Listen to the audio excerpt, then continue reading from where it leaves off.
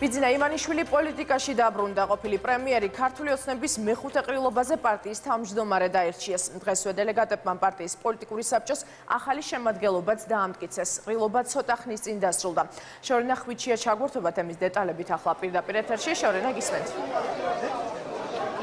სულ ეს წუთია ბიძინა ივანიშვილმა ეს ტერიტორია დატოვა. ეს იყო მისი პირველი კომენტარი მას შემდეგ, რაც მან განაცხადა პოლიტიკაში მეორე დაბრუნების შესახებ. სწორედ ასე შეაფასა საჯარო პოლიტიკაში მეორე დაბრუნება, საკუთარი გადაწყვეტილება ბიძინა ივანიშვილმა გამოსვლისას სხდომათა დარბაზში. ჟურნალისტების ინტერესი დიდია, ბუნებრივია ბიძინა ივანიშვილის მიმართ. ბევრი კითხვა დაგროვდა, რომელსაც მან პასუხი გასცა, უპასუხა ჩვენ კითხვებს. ბუნებრივია ინტერესი ძირითადად შეეხებოდა გუნდში არსებულ დაპირისპირებას. პირველსავე განცხადების შემდგომ, როდესაც მე განვაცხადე და მე არ განვაცხადებია უпроსორად გუნდის წევრებმა თქვენს პოლიციის საბჭოს თომის შესახებ და ჩემი შეხვედრის შემდგომ მათთან უმრავლესობასთან ეს ხმაური დასრულდა. დაპირისპირებას ამას ვერ დავარქმევთ, იყო პატარა გაუგებრობა, რომელიც დღეს ჩემს მოხსენებაშიც მოიხსენიე. არაფერი სერიოზული არ იყო. ყურადღებით რა თქმა უნდა, უყურებთ გუნდის მუშაობას. კვირიკაში ადრე შემთავაზა რამდენჯერმე, ეხლა ვნახე რომ დრო იყო რომ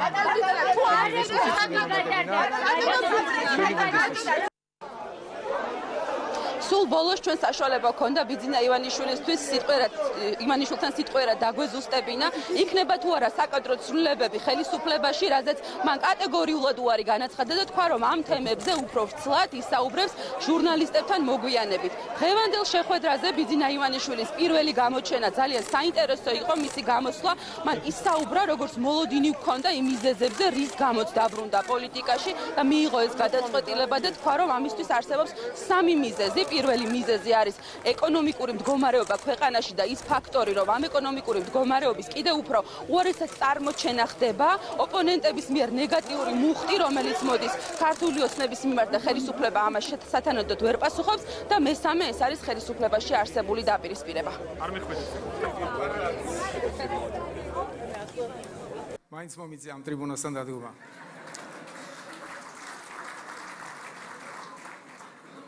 დიახ, მომიწია იმ თანმიმდევრობის დარღვევა, რომლის შესახებაც პოლიტიკაში შემოსვლისთანავე განვაცხადე. მაგრამ, როცა შენს ხალხზე, ქვეყანაზეა ლაპარაკი და ვითარება გადაწყვეტილების შეცვლას ითხოვს, გაჯიუტება საკუთარ თავთან არასწორია.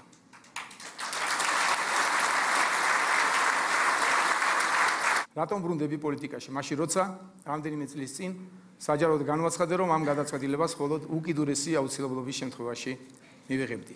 რატომ გადავწყვიტე ახლა? კვლავ ჩაუდგე სათავეში იმ პოლიტიკურ პარტიას, რომელიც 2012 წელს დავაფუძნე და ჩემს ხალხთან ერთად შევასრულე ჩემს ცხოვრებაში ალბათ ერთ-ერთი ყველაზე საპატიო მისია. დავამარცხეთ და დარწმუნებული ვარ.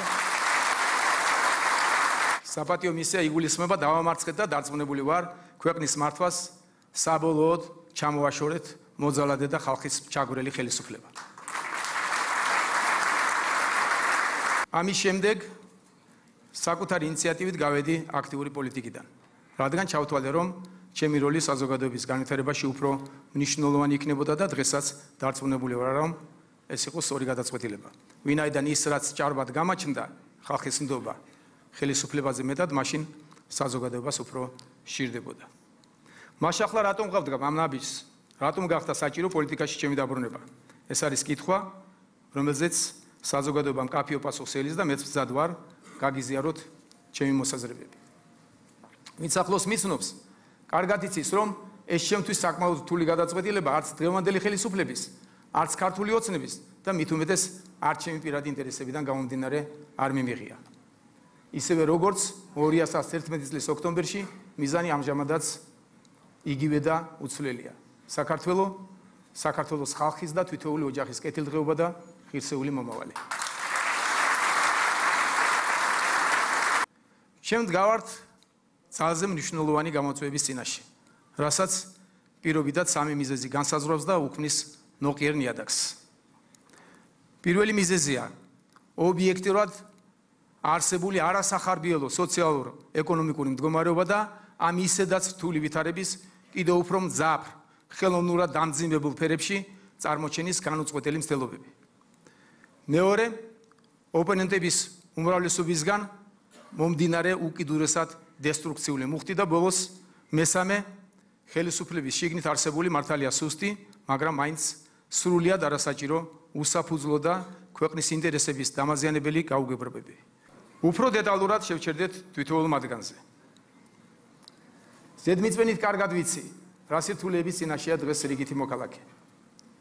ჩვენ ხომ ჯერ კიდევ ვერ დავაღწიეთ თავი იმ ეკონომიკურ სიდუხჭირეს, რომელშიც დამოუკიდებლობის გარიჟრაზე განვითარებული, მათ შორის სისხლიანი კატაკლიზმების შედეგად აღმოჩნდით. ჯერ კიდევ არ ქონდა მოშუშებული სამოქალაქო კომისიარები, როდესაც ტერიტორიული მთლიანობისთვის ომში ჩავებით, რასაც შედეგად რუსული ოკუპაცია და მასობრივი დევნილების ორი ტალღა მოჰყვა. სწორედაც რომ თანამედროვე სახელმწიფო მართვის ტრადიციის არქონის კვალდაკვალ დაწყებულმა ქაოსმა უმძიმესი სოციალურ-ეკონომიკური ვარდნა გამოიწვია ქვეყანაში და სიღარიბე მასობრივ მოვლენად აქცია. დღემდე მწვავეა უმუშევრობის, ხოლო დასაქმებულთათვის არასაკმარისი ხელფასის, აგრეთვე პენსიების პრობლემა. სამწუხაროდ ძვირდება ცხოვრება. ადრეს მithქვამს და ახლაც ვიმეორებ, რომ დღევანდელ საქართველოს პოლიტიკურ პრობლემებს მნიშვნელოვან ნაწილად ქმნის ის, რომ ერთის მხრივ გვაქვს თითქმის ევროპული ხარისხის დემოკრატია, რასაც მეორე მხრივ ბევრად ჩამორჩება ეკონომიკური განვითარების დონე.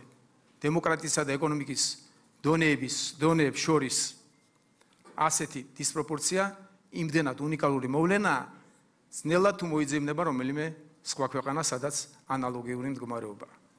ტრადიციულ დემოკრატიებში ეკონომიკა და თავისუფლებები, როგორც წესი, ერთმანეთს ზრდიდნენ და ავსებდნენ. ამ დისპროპორციის, ამ დისჰარმონიის აღმოფხვრა თანამედროვე საქართველოს უმთავრესი გამოწვევა და ამ გზაზე, როგორ თუ ლამოცანადაც არ უნდა ჩანდეს ეს, ჩვენ არჩევანი დემოკრატიის სასარგებლოდ გავაკეთეთ და გადაჭრით თქვით, რომ ეკონომიკა უნდა დავაწიოთ დემოკრატიას და არა პირიქით.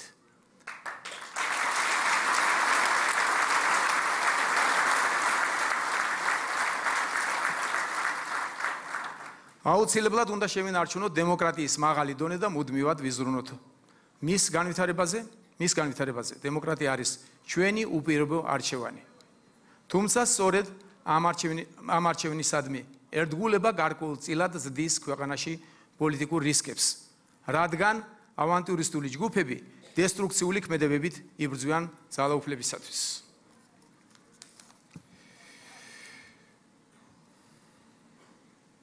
ჩვენ ცხოვრობთ გლობალური ინფორმირების ეპოქაში, სადაც საქართველოს მოქალაქეები სარგებლობენ სრული საინფორმაციო თავისუფლებით და ხელმისაწვდომობით.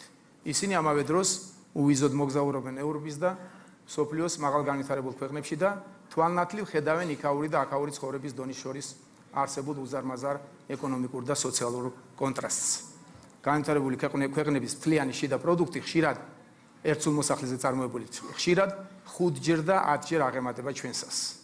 ასე დროს ცხადია ბუნებრივად ჩნდება სურვილი, რომ საქართველოში ცხოვრების დონე ევროპულს გაუტოლდეს და ეს დაუყოვნებლივ ან მაქსიმალურად მოკლე დროში მოხდეს.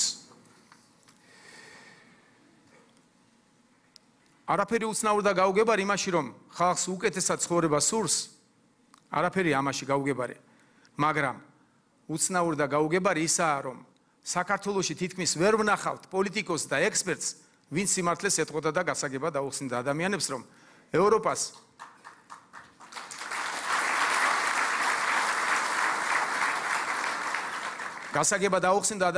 ევროპას 100 წლების განმავლობაში მრავალი ეკონომიკური და პოლიტიკური კატაკლიზმის გადატანა დაშირდა, ვიდრე ცხოვრების დღევანდელ დონეს მიაღწევდა და რომ ბუნებაში ვერ იარსებებს ხელისუფლება, რომელიც შეძლებს ეკონომიკა წელიწადში 5 ან 6 კი არა, არამედ 600%-ით გაზარდოს.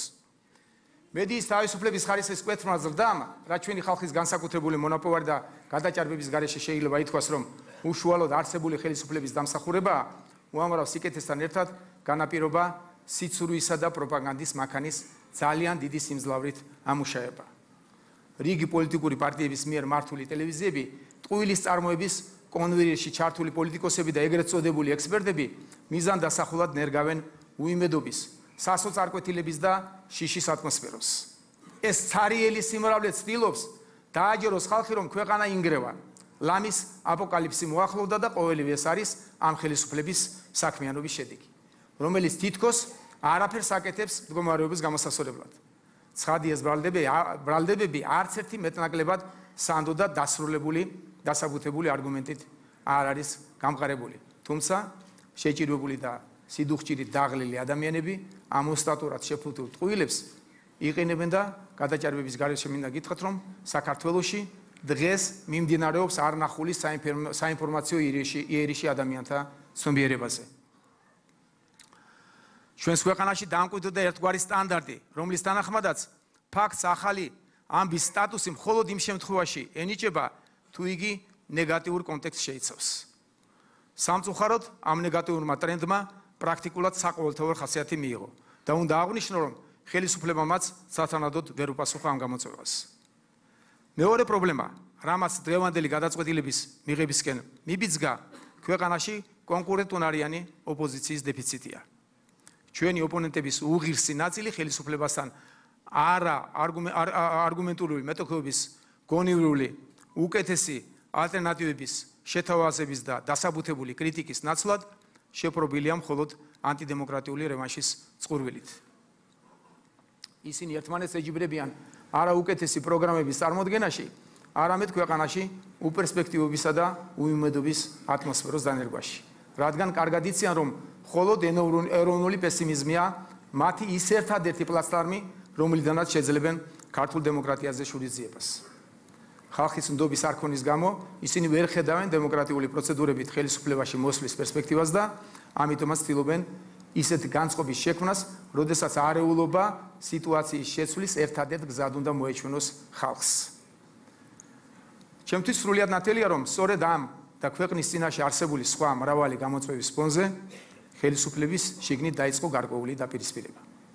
რაც გასცდა პოლიტიკური გუნდისთვის მისაღებ დემოკრატიულობისა და არცთა სხვადასხვაობის საზღვრებს და სწორედ ეს არის მესამე მიზეზი, რის გამოც მე პოლიტიკაში ბრუნდები.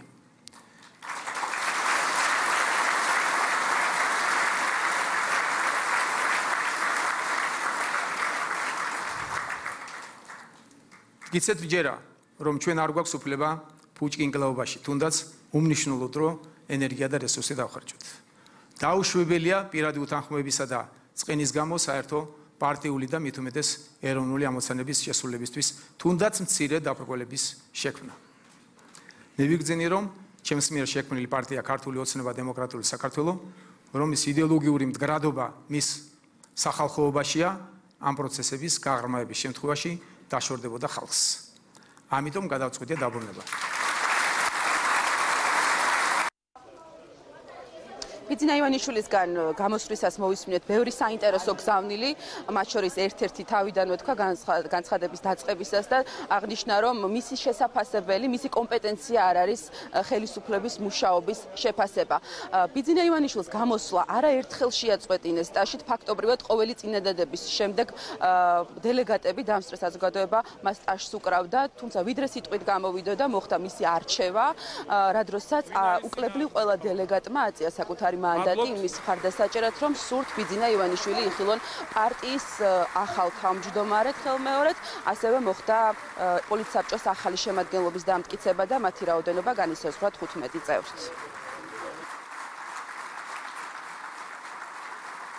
პატივცემულო ქართული ოცნება დემოკრატიული საქართველოს თავმჯდომარის თანამდებობაზე კენჭისყრისთვის წარმოგიდგენთ ადამიანს, რომელმაც გარდამტეხი როლი შეასრულა საქართველოს უახლეს ისტორიაში.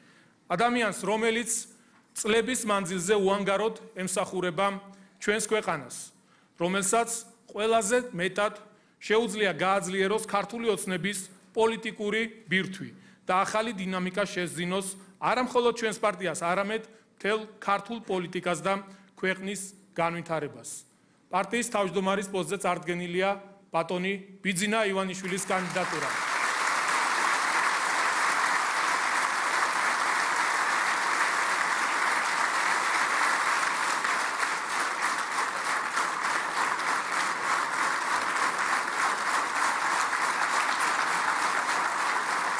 პატივცემულო დელეგატებო,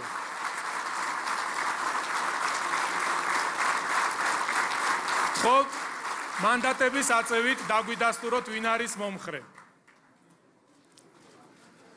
წინააღმდეგი ხო არ არის ვინმე? თავი ხო არ შეიკავა ვინმე? ძალიან დიდი მადლობა. გილოცავთ, გადაწყვეტილება მიღებულია.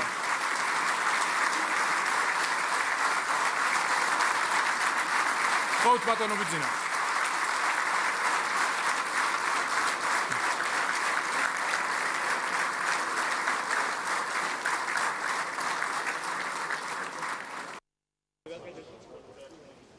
პარტიის უკვე ყოფილმა თავმჯდომარემ გიორგი კვირიკაშვილმა, რომელიც რჩება პოლიტსაბჭოს შემადგენლობაში, საკუთარ გამოსვლაში მადლობა გადაუხადა ბიძინა ივანიშვილს იმისთვის, რომ დათანხმდა პარტიის ხელმძღვანელობაში მოსვლას, თქვა, რომ მას შეაჯამა საკუთარი მუშაობის პერიოდი, არ გამორჩენია თავისი წინამორბედის ირაკლი ღარიბაშვილის მიღწევებზე საუბარიც და აღნიშნაც და თქვა, რომ პარტია არის ისევ გამოწვევების წინაშე, ქვეყანა არის გამოწვევების წინაშე და აუცილებელი იყო ბიძინა ივანიშვილის პოლიტიკაში დაბრუნება. დღეს იმართება პოლიტიკური გაერთიანება ქართული ოცნება დემოკრატიული დღეს მობრძანებისთვის მივესალმები ქართული ოცნების დამფუძნებელს ბატონ ბიძინა ივანიშვილს, რომელიც ჩვენი ქვეყნის განვითარების ამ მნიშვნელოვან ეტაპზე დაგვთანხმდა უხელმძღვანელოს ჩვენს პარტიას, რისთვისაც მთელი ქართული ოცნების სახელით მინდა მადლობა გადაუხადო მას. ჩვენ როგორც ხელისუფლებაში მყოფი მმართველი ძალა გრძნობთ განსაკუთრებულ პასუხისგებლობას ქვეყნის წინაშე. და ვთვლით, რომ პარტია, რომელიც უმრავლესობით არის წარმოდგენილი სახელმწიფოს მართვის ყველა რგოლში, აღმასრულებელ, ადგილობრივ თუ საკანონმდებლო ხელისუფლებაში, საჭიროებს მეტ სიმტკიცეს და ახლებურ მიდგომას. ხელისუფლებაში მოსვლის დღიდან დღემდე ძალიან ბევრი სირთულის გადალახვა მოუწია. ეს გზა არ იყო მარტივი. ჩვენი გუნდი ძიმე მემკვიდრეობას, დიდ გამოწვევებს შეეჭიდა და ბევრი პრობლემის გადაჭრა შეძლო. თუმცა, რა თქმა უნდა, არავინ ფიქრობს, რომ ყველა სირთულე უკან მოვიტოვეთ და შეგვიძლია მშვიდად ვიყოთ. სიგარების დამარცხების ერთადერთი გზა ეს არის სამუშაო ადგილების შექმნა და ჩვენი მოქალაქეების დასაქმება. დღეს ყრილობა ირჩევს პარტიის ახალ თავმჯდომარეს, ბატონი ბიძინა ივანიშვილის ავტორიტეტისა და მისდამი ხალხის ნდობის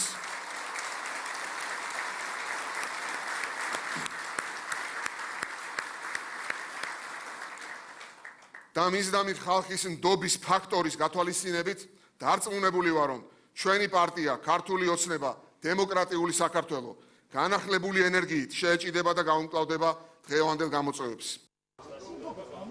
ყრილობის დასრულების შემდეგ, მას შემდეგ რაც ბიძინა ივანიშვილმა უპასუხა ჟურნალისტების კითხვებს, ჟურნალისტებთან გაჩერდნენ პარტიის აღმასრულებელი და გენერალური მდივნები კახაკალაძე და ირაკლი კობახიძე, რომლებიც როგორც უკვე გადაწყდა ყრილობას და დელეგატებმა მათ ხარი დაუჭირეს პოლიტსაბჭოს, არ მხოლოდ პოლიტსაბჭოს შემადგენლობაში რჩებიან, არამედ იკავებენ ისევ იმ თანამდებობებს, რომელსაც იკავებდნენ პარტიაში აქამდე. ზოგადად, როდესაც სხვადასხვა საკითხებზე არსებობს ასთა სხვადასხვაობა, ეს არის ნორმალური და ასეც უნდა იყოს, ხო, ყველას ერთნაირი მოსაზრება ერთ კონკრეტულ საკითხზე ვერ გვექნება. თუმცა ეს ყველაფერი უნდა განიხილებოდეს გუნდის შიგნით და უნდა რჩებოდეს გუნდში. თუ ადამიანს აქვს, როცა გუნდში განხილვის შემდეგ ვერ მოხდება, ასე რომ ვთქვათ, შეჯერება, მას აქვს შესაძლებლობა, რომ გარეთ გავიდეს და დააფიქსიროს თავისი მოსაზრება. თუმცა პიროვნული შეურაცხყოფები კატეგორიულად მიუღებელია პირადად. რაც შეეხება ცვლილებებს, მთავრობაში განსახორციელებულ ცვლილებებზე საუბარი გუნდში ამ ეტაპზე არ მიმდინარეობს. თუ რაიმე გადაწყვეტილებები იქნება მიღებული ამასთან დაკავშირებით, პრემიერ-მინისტრთან ერთად ეს იქნება ცნობილი. მაგალითად ბიძინა ივანიშვილი. რაც შეეხება გუნდში მსჯელობა მიმდინარეობს ამასთან დაკავშირებით, ჯერ გადაწყვეტილება მიღებული არ არის, კანდიდატი არ არის შერჩეული უახლოეს მომავალში. თუმცა ჯერ ადრეა ამასთან დაკავშირებით საუბარი, უახლოეს მომავალში გადაწყვეტილება იქნება მიღებული, კანდიდატი იქნება შერჩეული და თქვენი მეშვეობით რა თქმა უნდა ამას გაიგებთ. უნდა საბოლოოდ ბატონი ბიძინა ივანიშვილის გადაწყვეტილება პოლიტიკაში დაბრუნების თაობაზე, ბატონი ბიძინა ივანიშვილი დაბრუნდა პოლიტიკაში პარტიის თავმჯდომარის რანგში და ეს არის ძალიან მნიშვნელოვანი გადაწყვეტილება, რაც იქნება ახალი ეტაპის დასაწყისი ჩვენს პარტიაში, გულისხმობ პარტიის განვითარების პროცესს და ზოგადად ჩვენ ქვეყანაში პოლიტიკური პროცესების განვითარებაზე, კიდევ უფრო გაჯანსაღებაზე და სწორედ ის იქნება მთავარი გარანტი იმისა, რომ ამ ხაზს ქართული ოცნება და ჩვენი სახელმწიფო არ გადაუხობს. მას ასე შეგვიძლია შევაჯამოთ პარტიის ქართული ოცნების რიგით მეხუთე ყრილობა ბიძინა ივანიშვილი საჯარო პოლიტიკაში უკვე მეორედ მოვიდა. ის არის პარტიის ახალი თავმჯდომარე, პარტიას ყავს ახალი პოლიტსაბჭო და პარტიის ლიდერები და წევრები იმედიანად არიან განწყობილები და ფიქრობენ, რომ ბიძინა ივანიშვილი უზრუნველყოფს სწორედ იმ მიზნების და იმ მიზნების დასახვას და ასრულებას, რომლის გამოც ის დაბრუნდა პოლიტიკაში. მადლობ ჩორენა, შორენა ხვიჩია გვერდებოდა პირდაპირ ეთერში.